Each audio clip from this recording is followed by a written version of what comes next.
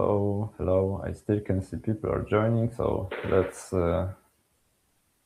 wait a minute, and I think we can start. In the meantime, maybe let me introduce myself. My name is Michał Oleksy.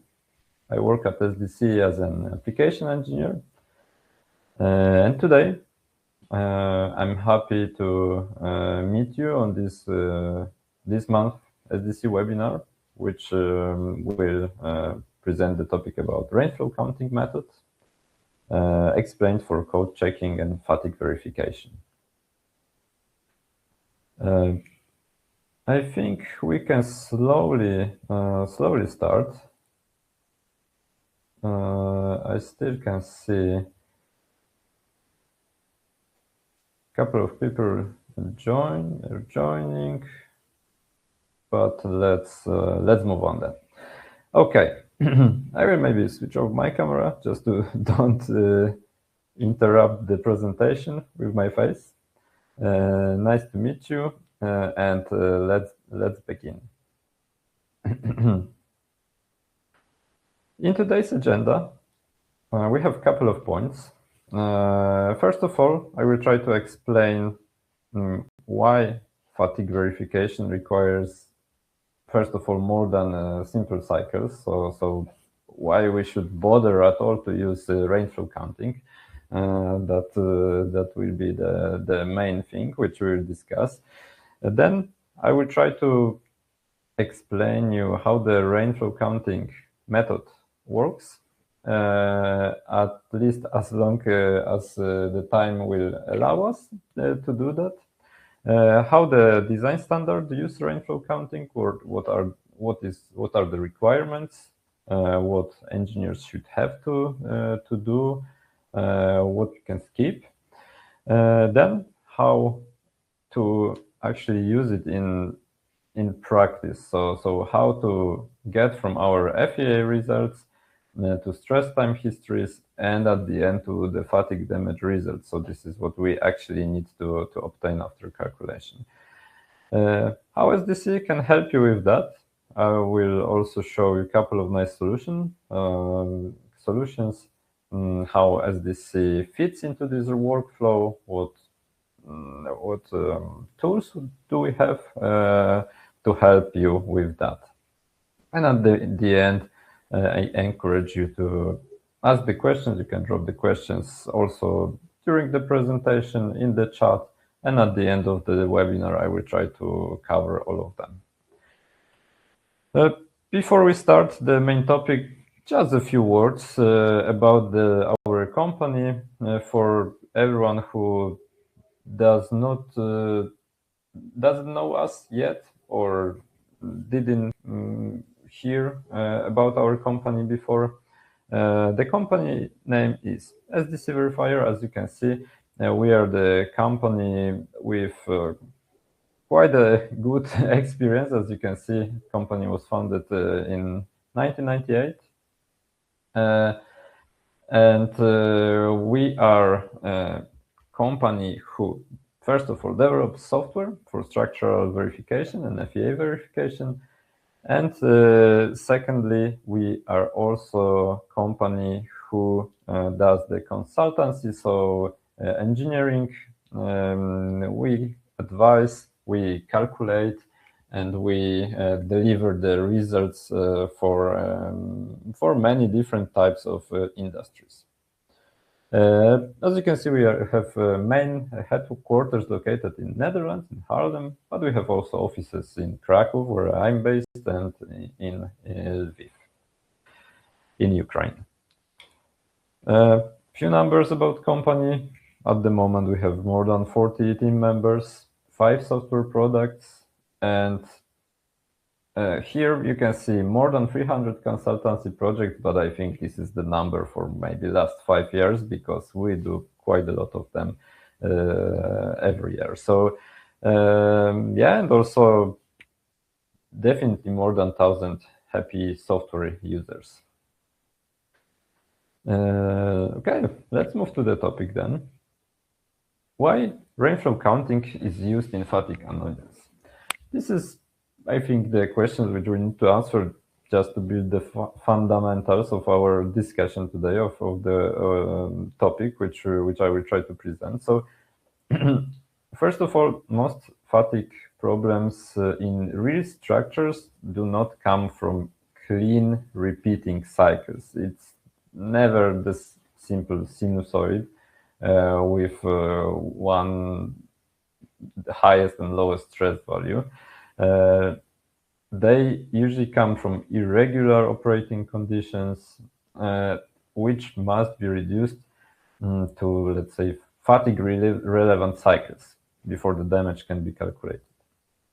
Real structures like, for example, crane, railway, vehicles, offshore equipment, mining conveyors, let's say, or rotating machinery like wind turbines, they, on a daily basis, they experience irregular variable amplitude loading.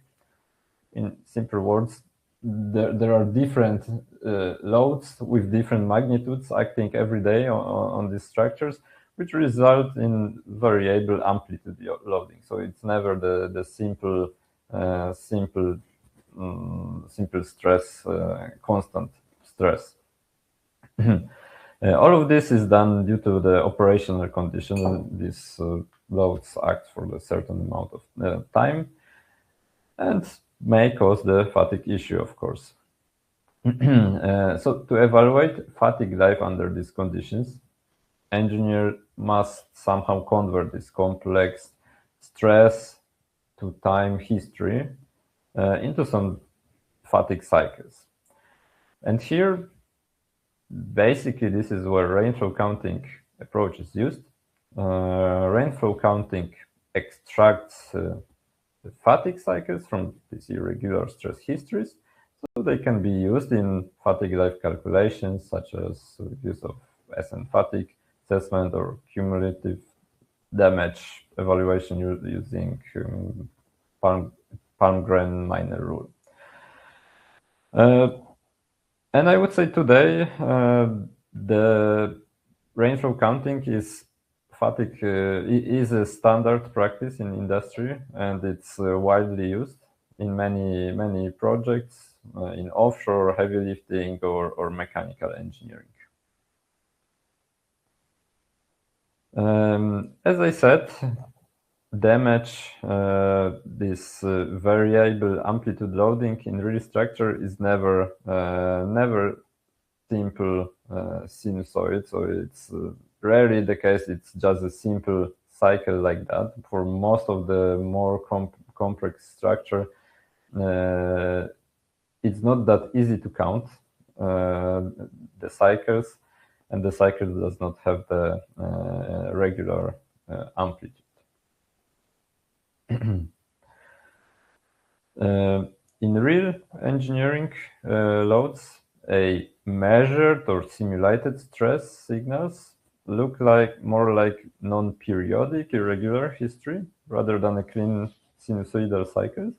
So without processing, they are actually useless if we want to do code checking analysis according to any standard approach. So the goal of cycle counting is to convert, again, this complex history into some relevant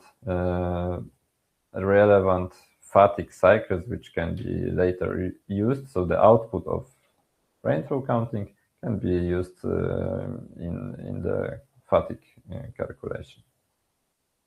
And as an example, as I said, railway, for example, railway bogie frames, crane structures like girders or trolley bogies of the crane or of the trolleys, or some offshore structures exposed to stochastic wave loads. We should also answer the question why peak-to-peak and block counting, so more simplified methods, are not sufficient in many of the projects. So first of all, methods like peak-to-peak counting measures cycles simply from maximum to the minimum, to the value of the peak. So all this fluctuation of the stresses are simply counted as one cycles, and this approach ignores all the smaller differences in between. Block counting groups the data in some predefined stress ranges, so some groups, blocks, or we could say, we could name them. But again, here it counts how many times the stress goes into each of the ranges, and it doesn't really track the actual sequence of the loading, which can be crucial in the structure.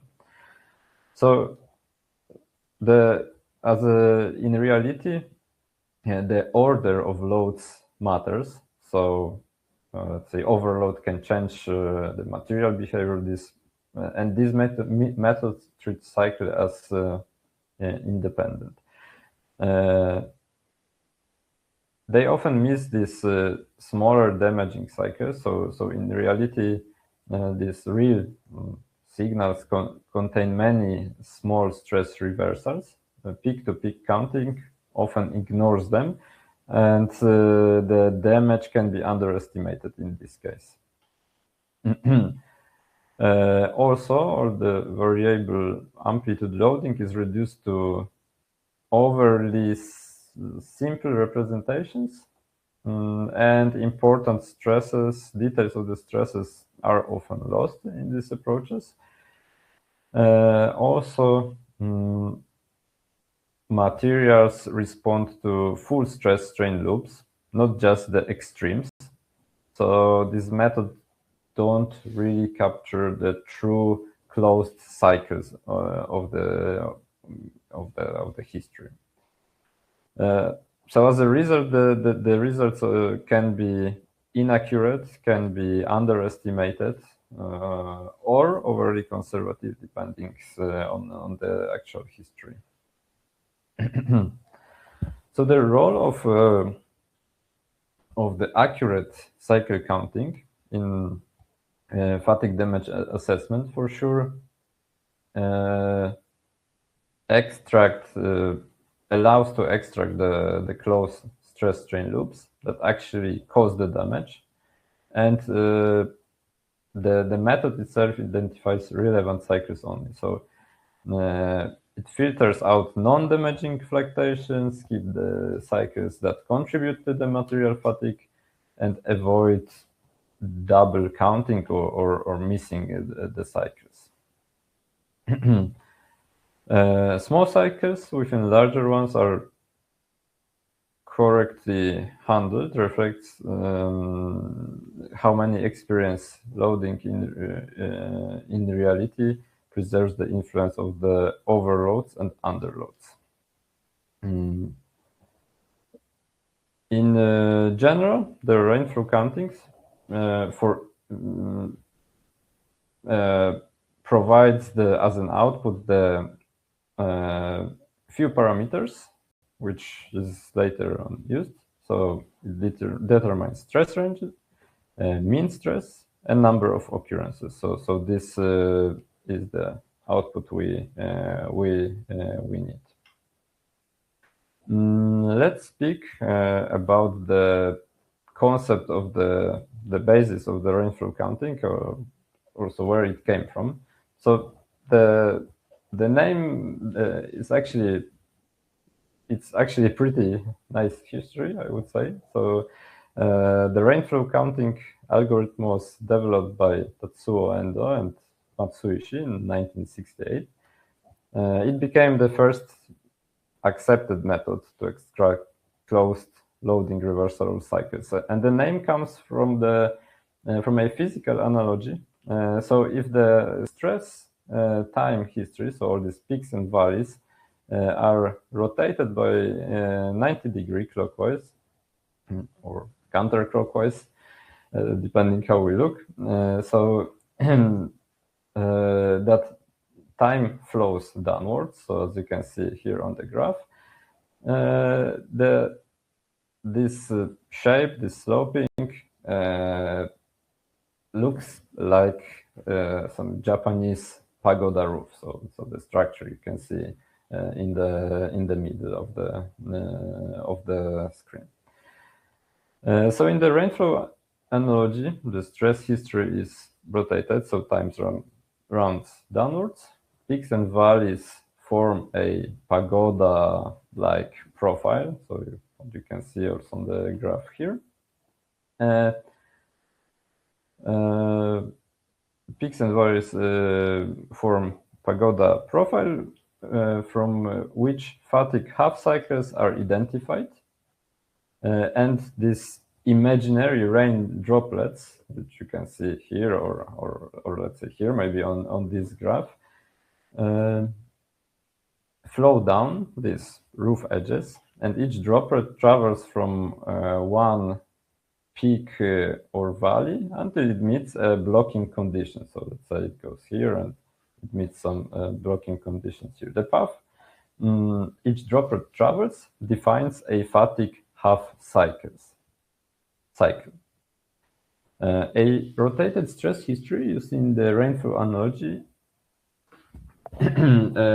So each numbered blue path represents a half cycle traced from a peak or a valley until it reaches the end of history and meets an earlier path, or it's blocked by a larger opposite excursion.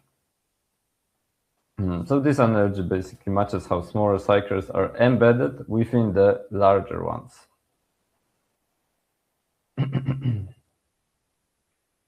Okay. Let's maybe speak a bit how to process all this data which we obtain from the calculation or from the measurements, and how to get to the point that we actually can use this in a standard verification. So first of all, we get some data. We have many different values, stress occurrences, and we do not work directly with raw stress time signals because they are too irregular and complex. So instead, we focus on reversals. And reversal is, we can say, local peaks and valleys in these signals. Oh, sorry. Okay. So the stress and strain reversals are important because fatigue damage occurs when the material is repeatedly loaded and unloaded between such points. So within a cycle, only the maximum and minimum value of the cycle are important for fatigue life calculation. All these intermediate data points between the maximum and minimum value of a given cycle can be removed, as they are usually not relevant for the fatigue calculation.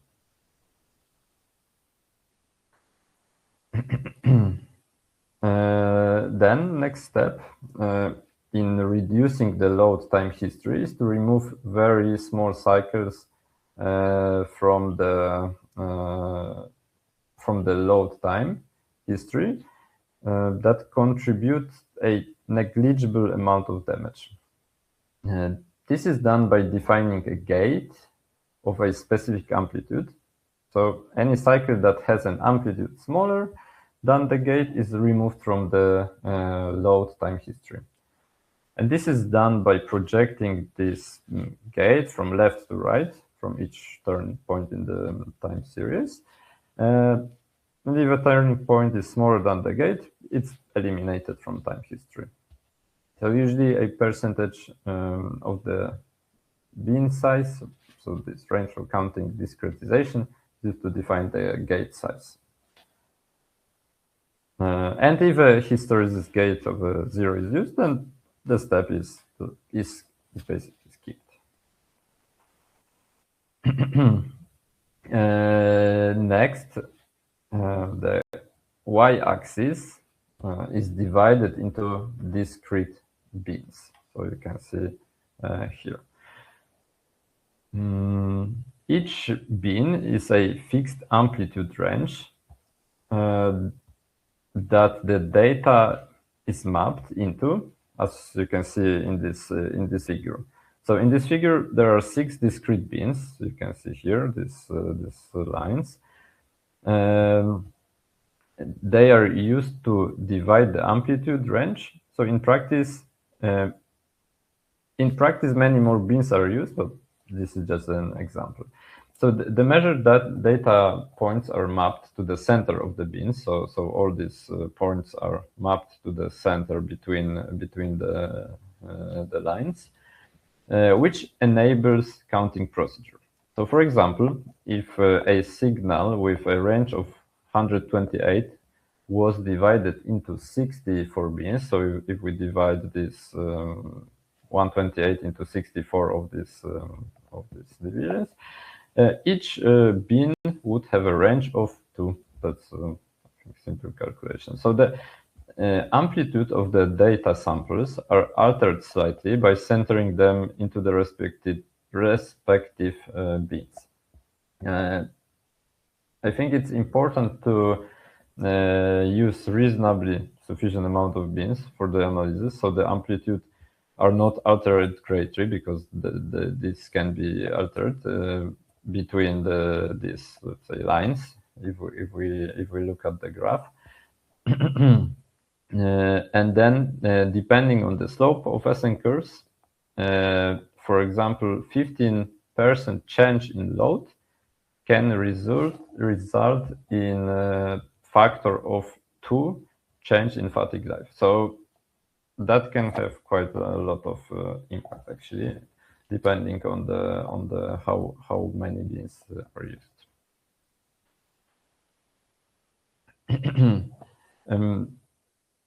With all this filtering, peak value filtering, and discretization, when all of this is finished, the cycles can be counted. There are several methods which can be used. I think the most popular is 4-point method. This is also used by one of the methods which can be used also in SDC Verifier.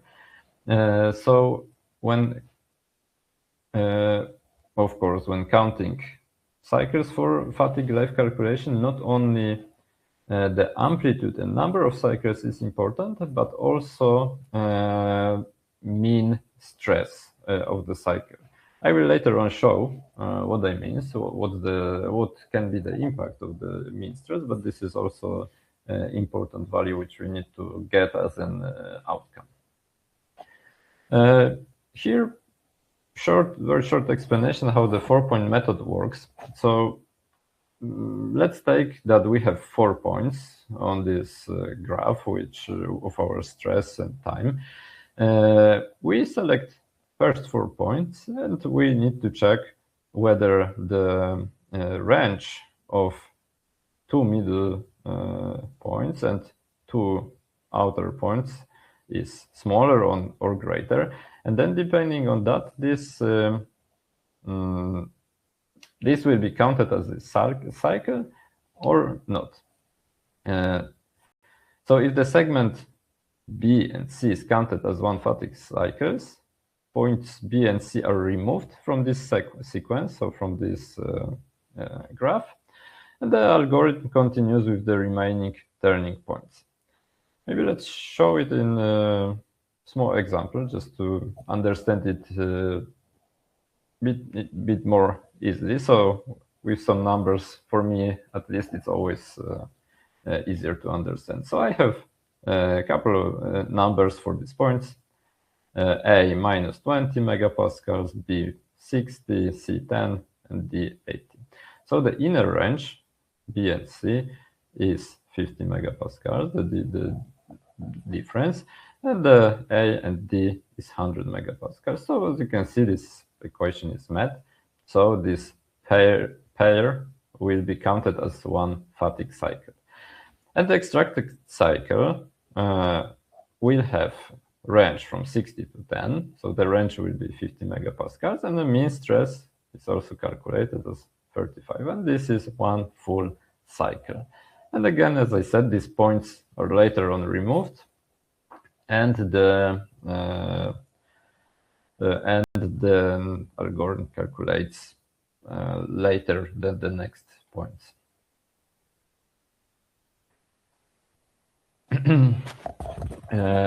Next, what is the difference between the half cycles and the full cycles? So not all cycles close within a single pass through the history. So all these remaining turning points that do not form closed cycles are called residual half cycles. These arise when loading history starts or ends at arbitrary stress levels and does not return to its initial state. So in a fatigue calculation, residual, so these are these residual half cycles. So they are usually counted as half cycles each and paired with another half cycles of a matching range. Or it can be also reevaluated when the load history repeats. Some summary of the differences. So the half cycle, so the full cycles goes from the peak to valley and back to a similar peak, and it represents the complete loading, unloading loop, and it causes the full amount of fatigue damage contribution. So this is the main point which needs to be remembered. So examples of the stress goes to tension, compression, back to tension. So this is the one loop. And in a half cycles, the loading history starts on or end without closing this loop.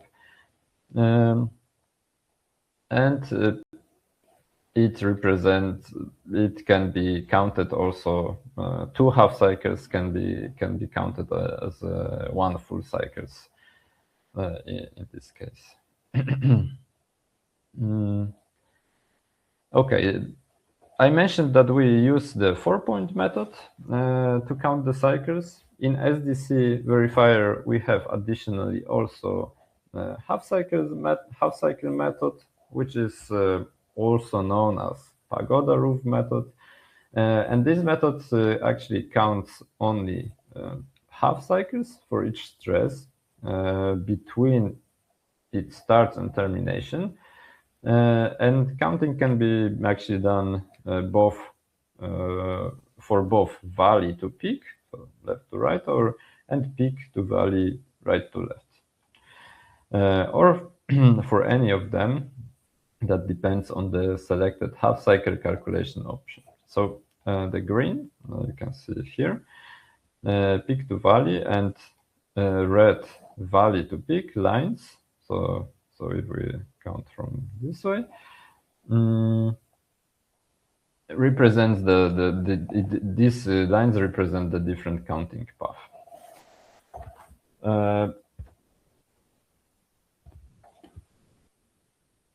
What else I wanted to mention? Okay, so this method is actually the more simple, faster. It does not consider proper cycle closure, and it's often used as an area approximation method.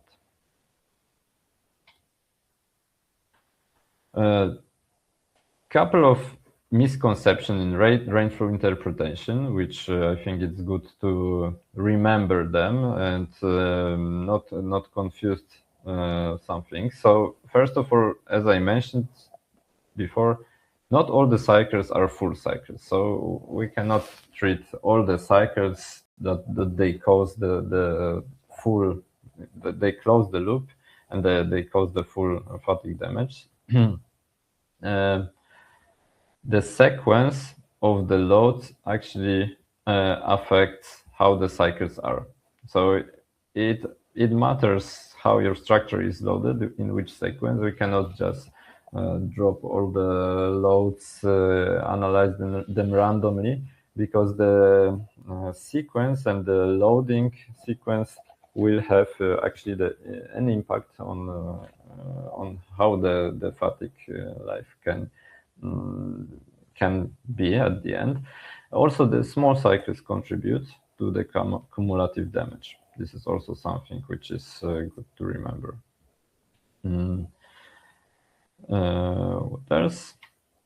Output includes stress range, mean stress, and count. So as I mentioned, the mean stress is also something which is quite important here.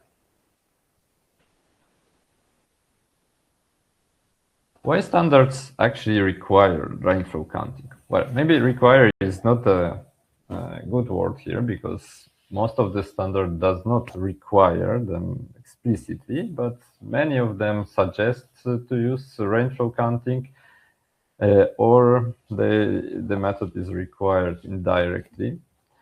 But the main thing is that the modern structures experience variable amplitude loading. So this loading, as I already said before, is never a simple path, simple sinusoid, just the same maximum value, same minimum value. The loading condition is usually pretty complex. And this simple cycle counting is often not accurate enough for safety design. Rainflow also provides actually physically meaningful cycles. So there is something more behind this cycle counting and the values than just simply counting them or taking the highest values. And of course, it ensures that the fatigue calculation is consistent. So this input for the fatigue calculation is according to certain standard. How do we connect the rainflow and SN curves to get the damage? So as I said, rainflow converts the stress cycles. Then the cycles with combinations of SN curves will give us some damage with use of Palmgren-Minor rule, where the number of counted cycles at the given stress amplitude are combined with number of cycles to failure. So that's how it's calculated in simple words, but how it's done in practice in standards. So as I said, most of the standards does not say that rainflow counting is mandatory. However, it's often recommended or required even indirectly by requirement from certain projects or from the certain approach. So how does it look in standards? So for example, Eurocode or DIN standard say that they require fatigue verification under variable loading and proper cycle counting method. So they don't say that should be this particular method, but rainflow counting is of course one of them, and it's mostly used. In EN, F.E.M standards, again, this cycle counting is open, but rainflow counting is commonly used. The rainflow counting itself is prescribed in ASTM standard. This standard prescribes how to properly use the method, what are the requirements, and the guidelines to implement it in the standard. So it explains how to properly handle the residual half cycles, stress ranges, and mean stress. So I think if any of you needs to use it in the future, that's, I think, also nice standard to review. There is a lot of useful information. It also explains the input data quality. So so basically, if we say that the rainflow counting should be code compliant, we need to have also correct input data. So all the stresses obtained or measured, load histories, they need to be also compliant with a code, with the load combinations or actual loads acting on a structure. And to say that the rainflow counting is correctly implemented, the integration with SN data, mean stress correction, damage accumulation should be also done according to the standard. What are the typical issues when moving from simulation to verification? So, first of all, unrealistic loading assumptions, too many simplifications in FEA model, maybe some missing critical stress location which can be overlooked. This is usually the issue when doing it manually.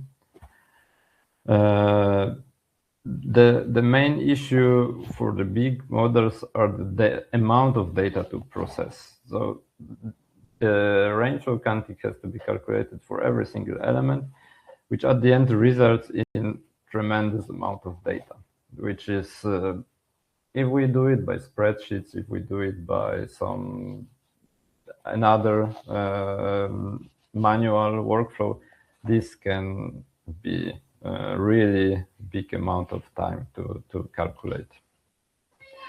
The strain time histories from FEA, they need to be somehow extracted. So in this case, the SDC Verifier does it automatically. So user does not need to do it, somehow connect it to separate tools and so on. SDC Verifier connects directly to your FEA model, whether you use extension for any FEA platforms or whether you use SDC Verifier software where you simulate also your model. The rainflow counting is applied to simulation data, as I said before, by reading all the stresses for each single element. All the calculation is done on the background. So in this case, user does not need to go into the details. All of the outputs of the rainflow calculation is done by the SDC, and you get the stress ranges, mean stresses, and cycle counted. One more thing which I didn't mention before about the mean stresses. So the importance of the mean stresses can have actually big influence on the Fatick-Weber stress. As you can see on the graph here, so the higher the mean stress actually is, the lower the alternating stress is. So, so basically, the higher the mean stress, the lower allowable stress will be. So that's also something which has to be taken into account in calculation. In SDC, user has possibility to use rainflow counting tool with where main window contains all the necessary tools for settings, for selection of results, tables, graphs. You can select part of the model to be calculated by the tool. In options and settings, you can modify parameters for calculations, and all the results are presented in a table. So you can see here, and you can show them with different graph or matrix outputs to easily read it. All the parameters which are obtained from the calculation of rainflow are stored, and they can be used in any of the standards in SDC which is implemented together with rainflow counting. And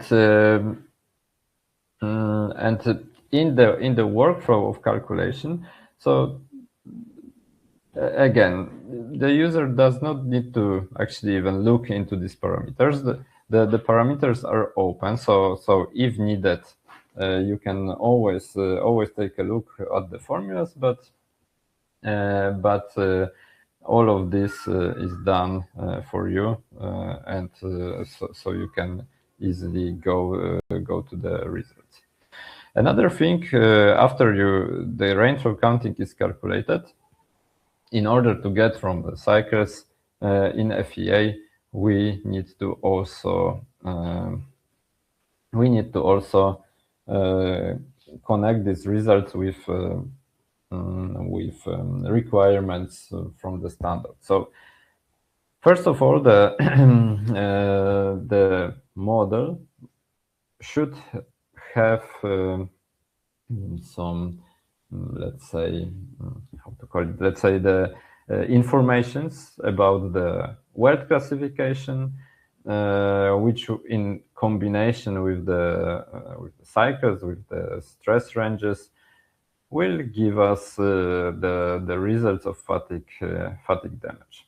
So this is the next step, which has to be taken by engineer to assign the classification of the words. And then at the end, the output of the calculation is the plot, which explains which shows the fatigue damage, taking into account, of course, all the calculated values for every single element, combined or calculated with combination of the word classification and the SN curves. Here, just a small example, of the stress amplitudes for some elements, counted cycles, cycles to failure, and the damage. So the total damage in this case, as you can see, is 0.025. So in this example, that would mean that this same element would need to be, this same block of loads would need to be repeated roughly 400 times before reaching the predicted failure criterion.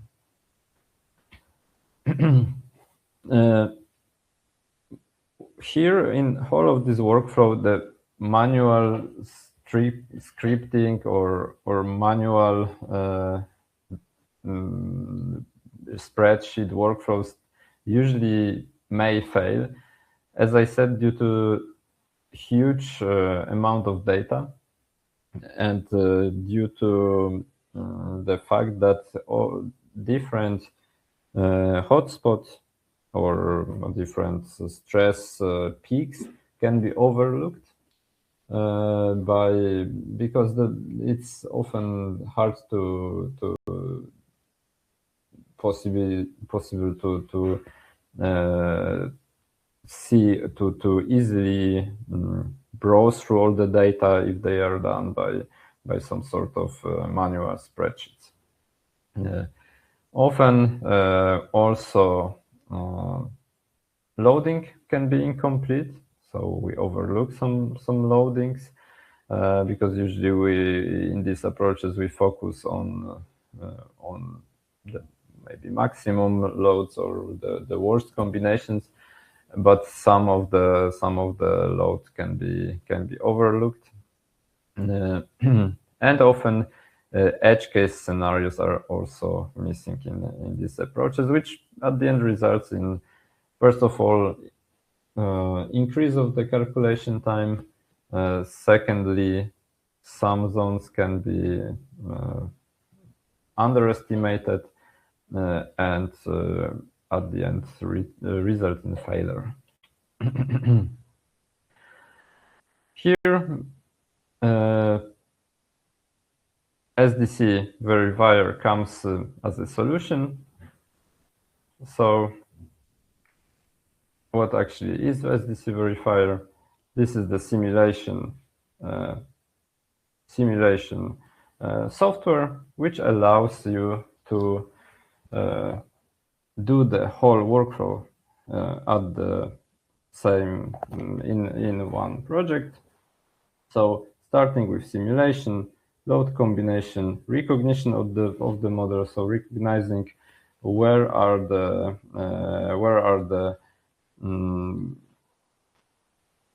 welds for the fatigue calculation, going through the standard checks, optimization, and reporting.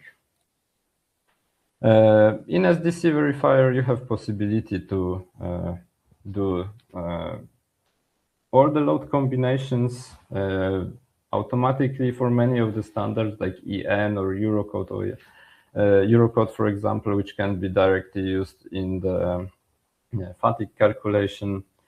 As I said, it allows to automatically recognize the structural parts of the model.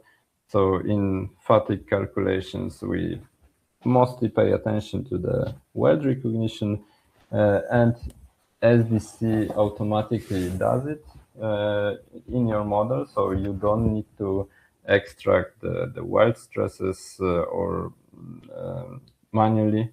All of this is done in the background. All the rainflow process, as I mentioned, is implemented directly in the software seamlessly, so you don't need to worry about some additional tools. It can be simply switched on in the standard settings, and then as a result, you can always preview the fatigue results, taking into account the rainflow summation of the loads.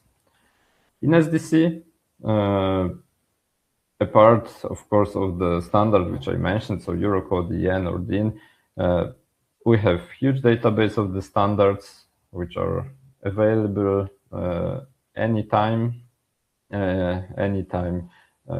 you need it. Here's some slides which I will maybe skip due to lack of the time, but also I mentioned before about assigning classification for the weld parts and for the structure.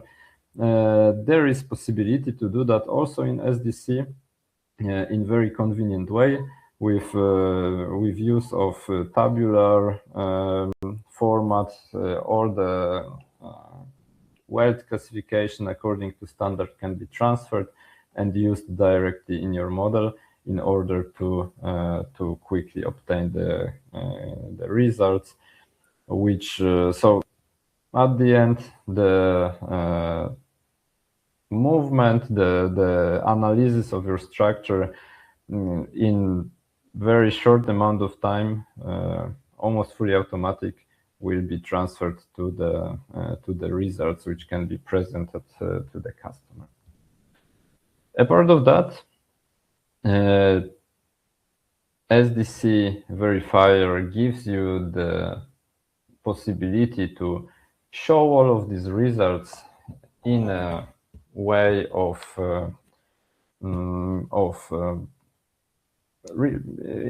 the nice report, which again also can be fully automated. So how does it work?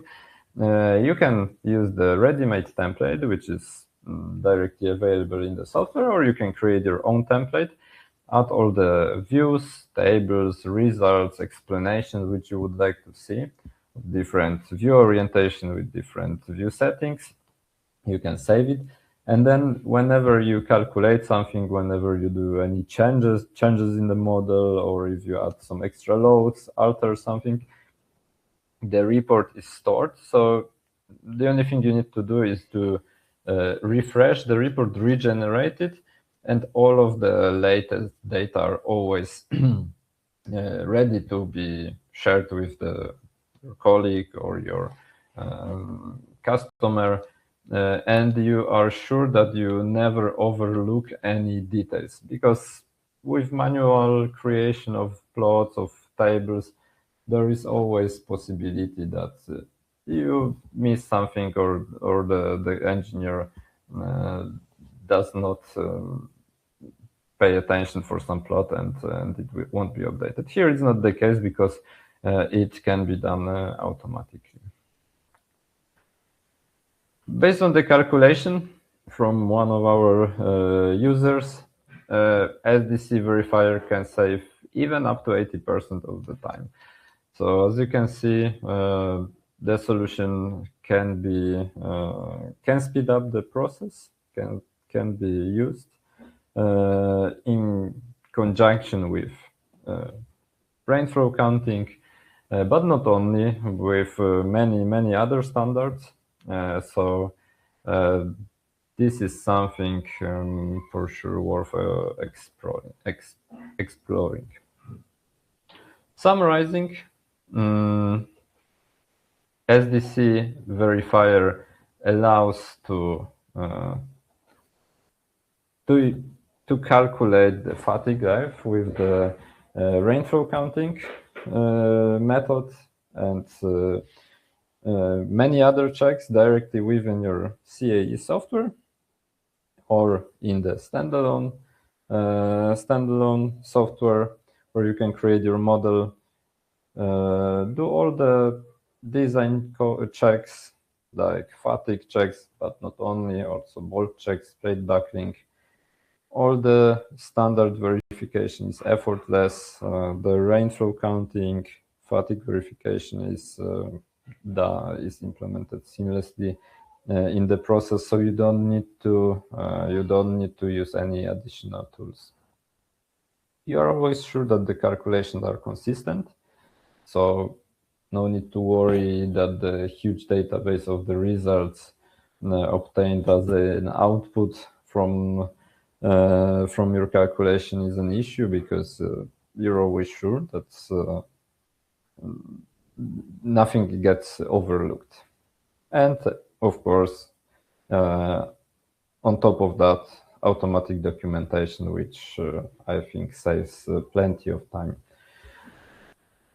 Also, just a slide with some chosen customers. Some of the customers, at the moment we have more than 200 around the world. So as you can see, there is many people who trusted SDC and are using it on the real life projects. Okay, thank you for your attention. I hope this webinar was informative and gave you some, let's say, extra information about the rainflow counting. And if you have, of course, any questions, please drop them into the chat. I will take a look there if there are any questions. I know there is a couple of seconds delay in between the chat and the speaking, so I will wait. I will wait for the questions. Let me see. For now, I don't see anything, but let me take a look. Of course, if you have any questions, you can always address them by the email, and we can always answer them later on.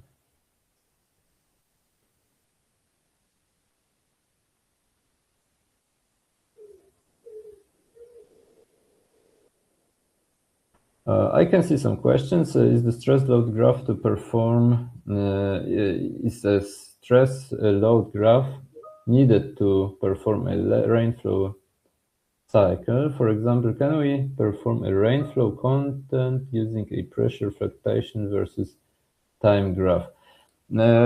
Basically, you can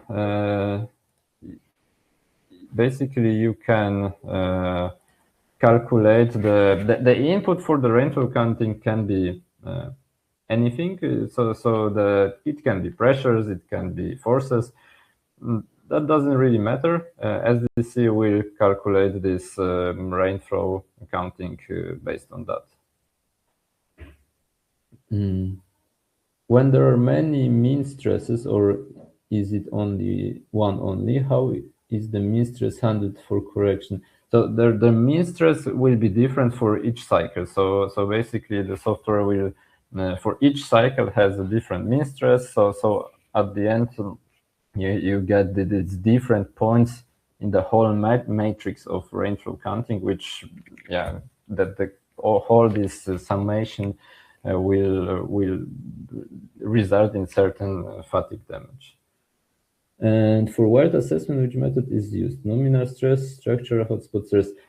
Here in this case, the default for weld assessment, the default method is nominal stress, but as an option, hotspot stress can be also used. We have an option in weld finder recognition to also assign the reference points automatically for each weld based on IAW standards. So this is also possible directly within the software. And then in the standard settings, if a user wants to calculate the fatigue according to, let's say, Eurocode, it can be combined hotspot stress and rainflow counting method.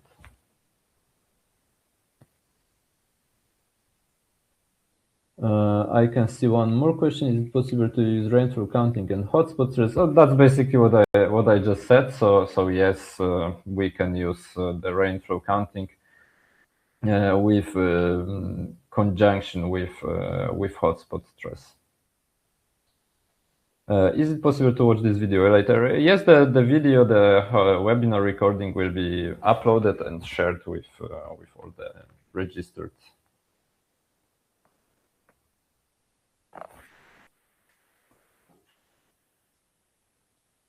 Okay, if there are any other questions, please write it down. We still have a minute or two. Let's wait a couple of more seconds.